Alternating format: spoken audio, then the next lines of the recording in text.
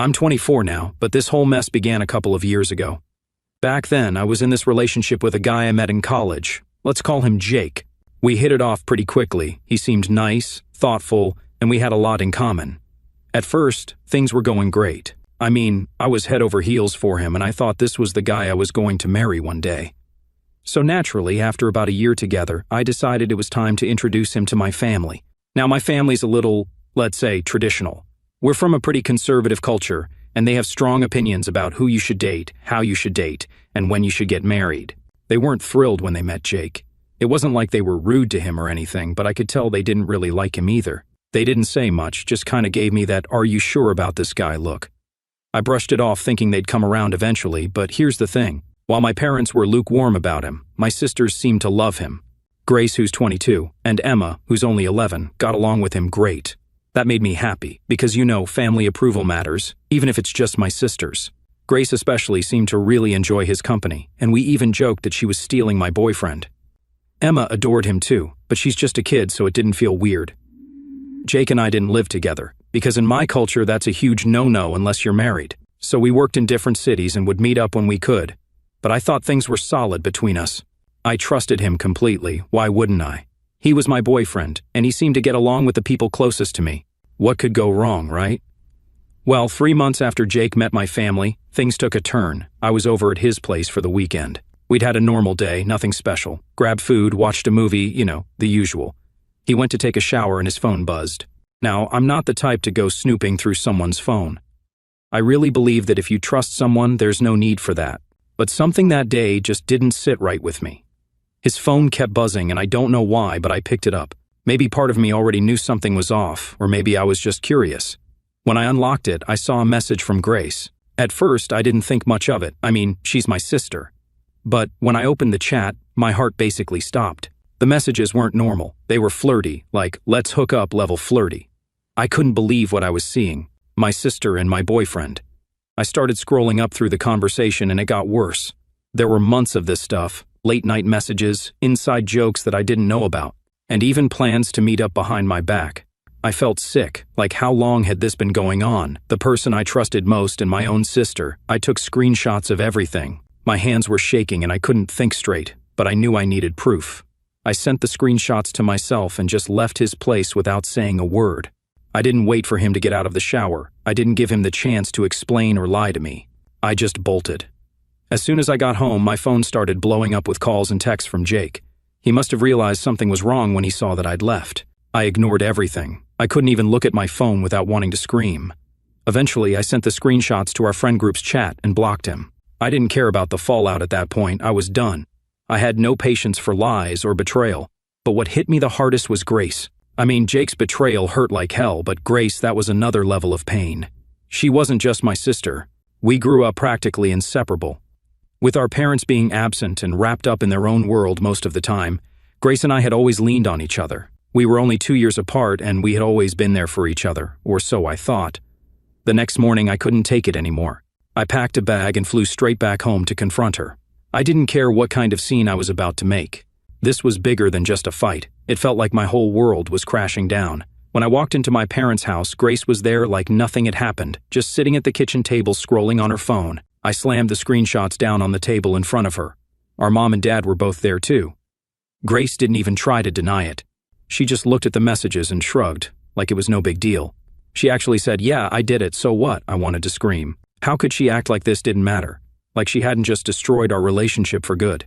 My mom lost it. She slapped Grace across the face, something I had never seen her do. My dad was furious too, yelling at Grace, telling her to get out of the house. He gave her a week to move out, and I thought that was it. I thought maybe this was the end of all the drama, but 2 days later, Grace dropped another bomb on us. She was pregnant with Jake's baby. I couldn't believe what I was hearing. This had gone from bad to worse in a matter of days. My parents, who had been so angry with her, suddenly softened up. They couldn't stay mad at her once they knew she was pregnant. And just like that, the whole dynamic shifted. It was like Grace was off the hook just because she was having a baby. My parents started talking about how they couldn't abandon her now, how they had to support her no matter what she did. That's when I snapped. I told them all exactly what I thought, how they were enabling her, how this was all messed up. They tried to tell me to calm down, that I was overreacting, but I couldn't take it anymore. I grabbed my stuff, told them to never contact me again, and I left. The only one I didn't block was Emma. She's just a kid, and I didn't want to cut her off too. 2 weeks later, my mom somehow got a new number and sent me a wedding invitation. Jake and Grace were getting married, and my mom had the nerve to act like I should be there for family unity or whatever. I told her to get lost and blocked her again. That's how it all began. I thought the worst was behind me, but little did I know the real mess was only getting started. After all that went down with Grace, my ex, and my parents, I thought cutting them off would give me some peace. Turns out life had other plans. I wasn't speaking to anyone except Emma, and I was trying to just move forward with my life, you know. But of course, things never go that smoothly when you've got a family like mine.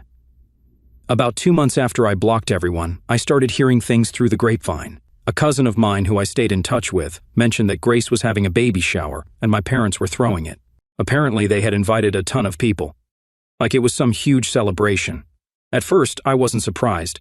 I figured they'd make a big deal about it since they were acting like Grace was some kind of victim.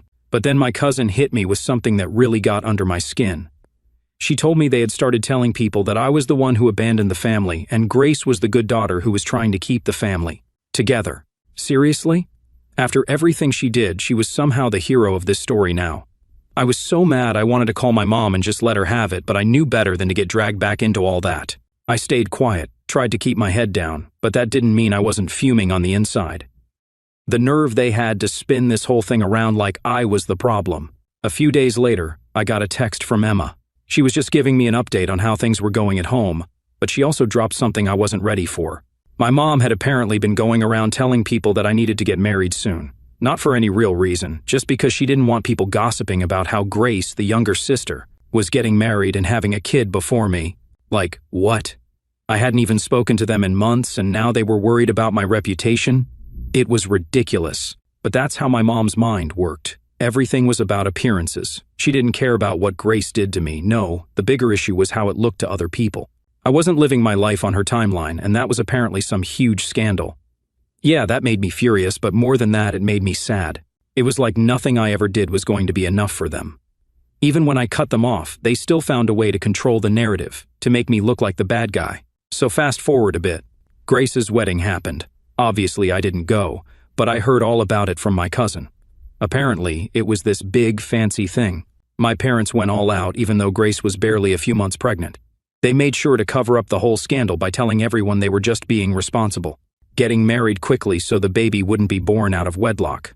My cousin told me my parents were telling everyone I didn't show up because of work commitments. Yeah, right. But you know what really hit me hard? It wasn't just that they were lying to cover up their own embarrassment. It was that they were still pretending everything was perfect. Like they couldn't even admit that their family was falling apart. They couldn't just be real about what was happening. Instead, they had to put on this fake show for everyone else. I was done with them at this point, but hearing about all this still stung. It was like they were erasing me from the family narrative completely. Anyway, time passed and I tried to move on. I threw myself into work and focused on building a life for myself. For a while, things were quiet. I wasn't hearing much from my family, and I figured maybe they had finally just left me alone, but of course, that's not how it works in my family. One night, I got a call from Emma. It was late, and I was about to go to bed, but something about the way the phone rang gave me a bad feeling. When I picked up, Emma was crying. She could barely get the words out, but eventually she told me that our dad had passed away. I was stunned. I mean, I didn't have the best relationship with him, but still he was my dad. What really pissed me off, though, was that it was Emma who had to call me. My mom didn't even bother. I hadn't heard a word from her. Emma told me that our dad had been sick for a while, but they hadn't told me. My mom decided to keep it from me because she didn't want to stress me out. Can you believe that?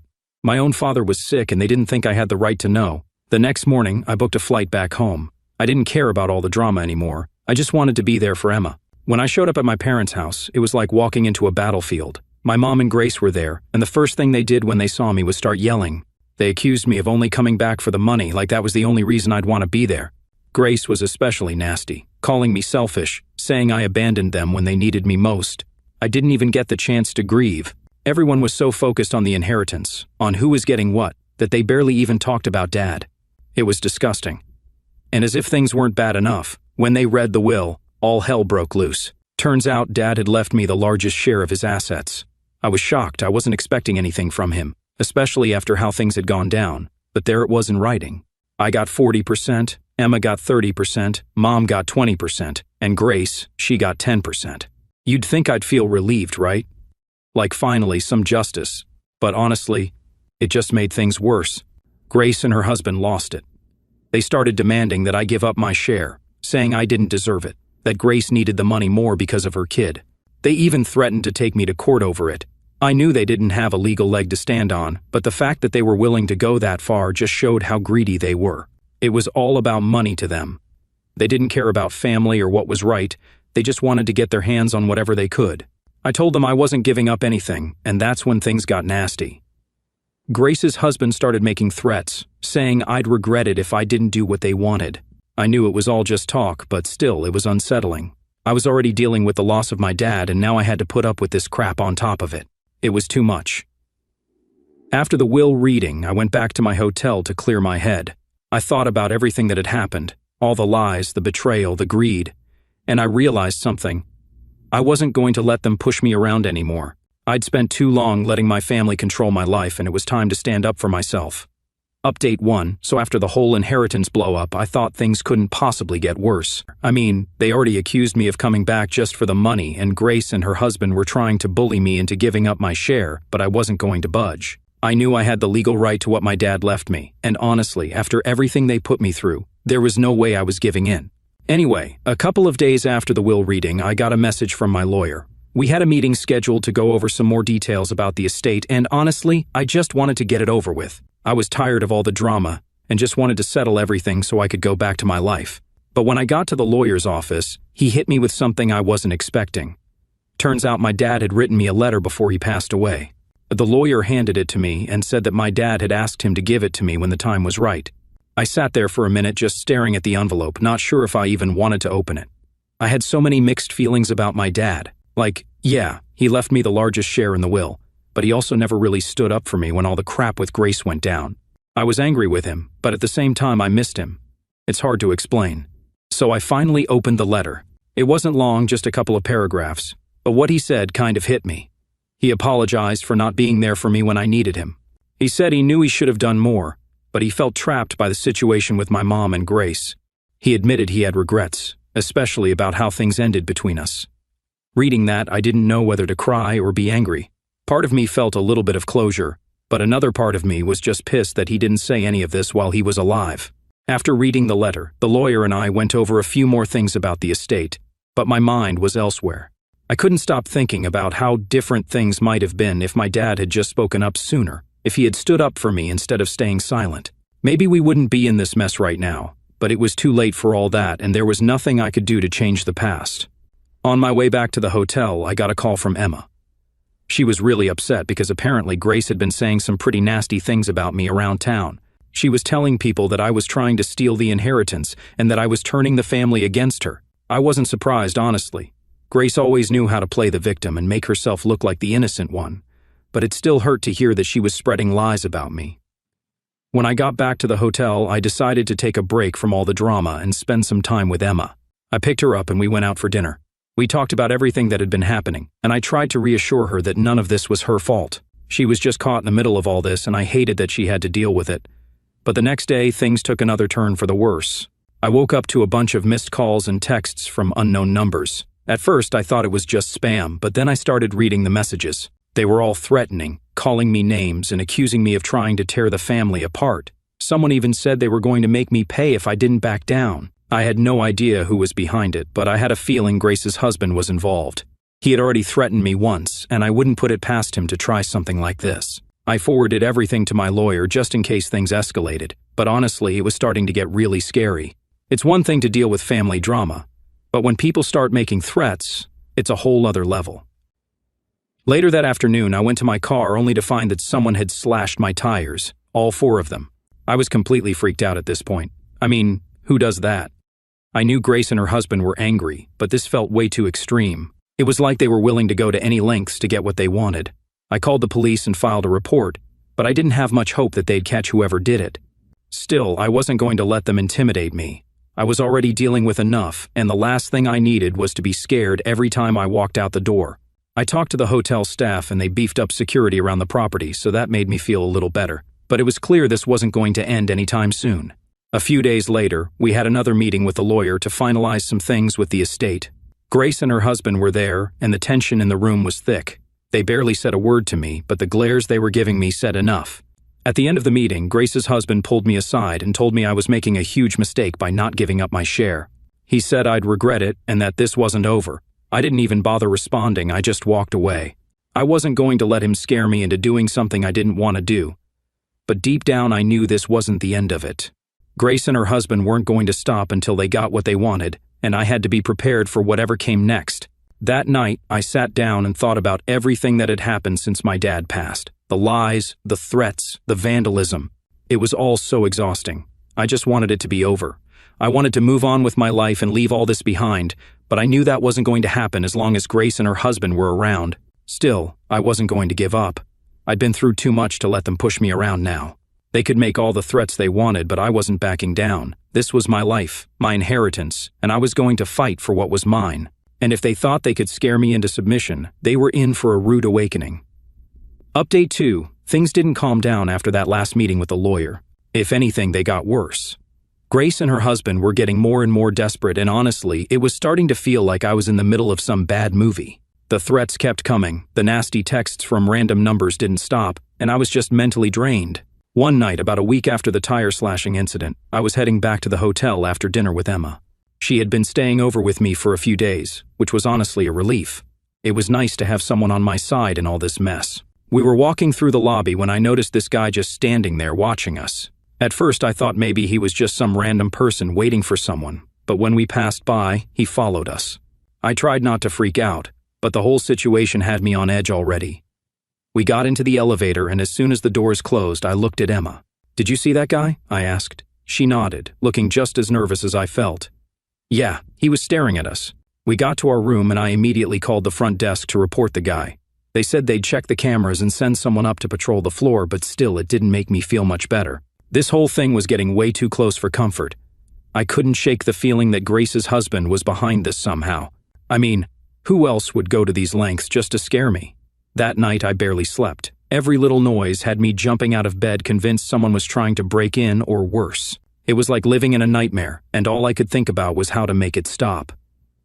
The next morning I decided I needed to take some serious action. I called my lawyer and told him everything about the threats, the weird guy in the lobby, the slashed tires. He agreed that things were getting out of hand and suggested we get a restraining order against Grace's husband. It wasn't something I wanted to do, but at that point it felt like the only option. We filed the paperwork the next day, and I tried to keep my head down while we waited for the court date. But of course, Grace and her husband didn't take the news well. The texts ramped up again, this time with more threats about how I'd regret this and how they'd make sure I paid for everything. It was exhausting, but I was done being scared. They could throw whatever they wanted at me, but I wasn't giving in.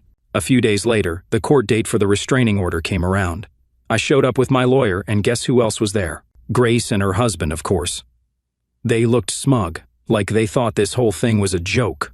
I avoided eye contact with them, focusing on what my lawyer was saying, but I could feel their eyes on me the whole time. When the judge called us up, Grace's husband tried to act like I was the one causing all the drama. He said I was exaggerating everything, that I was just bitter about the inheritance and trying to make his life hell. I couldn't believe what I was hearing, like really. He slashes my tires, sends me threats, and somehow I'm the one causing problems? Thankfully, the judge saw through his BS. After hearing both sides, they granted the restraining order, and for the first time in what felt like forever, I felt a small sense of relief. At least now there was something in place to protect me if things got worse. But of course, things didn't magically get better overnight. The threats didn't stop right away, and I still felt like I was constantly looking over my shoulder, but at least now I had the law on my side, and that gave me some peace of mind. A few weeks passed, and I was finally starting to feel like maybe things were settling down. I was still staying in the hotel, but I had started looking for a new apartment where I could feel safer. Emma had gone back home, and I missed her, but we kept in touch constantly. She was still dealing with the fallout from all the family drama, but at least she wasn't stuck in the middle of it as much as I was. Then one morning I woke up to a message from an unknown number. It wasn't a threat this time though, it was a link. I hesitated for a second before clicking on it, and what I saw made my stomach drop. Someone had created a whole website dedicated to trashing me. I'm talking lies, half-truths, and just pure nastiness. They were painting me as this selfish, greedy person who was tearing the family apart. There were even photos of me from the funeral looking cold and heartless according to the captions. I couldn't believe what I was seeing. This was next level crazy. I immediately called my lawyer and sent him the link. He told me to screenshot everything, which I did, and then we started the process of getting the website taken down. It was just another reminder that Grace and her husband weren't going to stop until they got what they wanted. But at this point, I was so tired, I didn't even care what they threw at me anymore. I just wanted it to be over. That night, I talked to Emma again. She was upset about the website and wanted to help, but there wasn't much she could do. I didn't want her getting caught up in all this any more than she already was. We talked for a while and she told me about how Grace had been acting like nothing was wrong, like she hadn't caused any of this. Typical Grace, always playing the victim. I went to bed that night feeling drained, but at least I had a plan in place. The website would get taken down, the restraining order was in effect, and I had people on my side. I wasn't alone in this, even though it felt like it sometimes.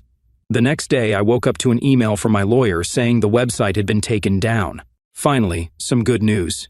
It felt like a small victory in this endless battle, but I'd take what I could get. I knew Grace and her husband weren't going to give up easily, but at least now I had some control over the situation. As I sat in my hotel room that morning, sipping on my coffee and trying to wrap my head around everything that had happened, I realized something. I wasn't scared anymore. I was angry, yes, but the fear that had been hanging over me for weeks had started to fade. I wasn't going to let them control my life anymore. They could try all they wanted to drag me down, but I wasn't backing down. Not now, not ever. Update 3, so here we are at the final stretch, and I thought maybe things were going to finally settle down after the court win, but nope, my family drama had other plans. I mean, I knew Grace and her husband weren't going to back off that easily, but even I couldn't have guessed how far they'd take it this time. It started about 2 weeks after the court hearing. I was starting to feel a little more relaxed, like I could finally breathe again without constantly looking over my shoulder.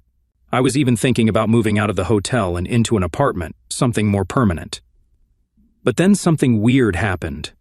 One morning I got a package delivered to my hotel. It didn't have a return address, which should have been my first clue that something was off. I opened it up and inside was this old, beat-up notebook.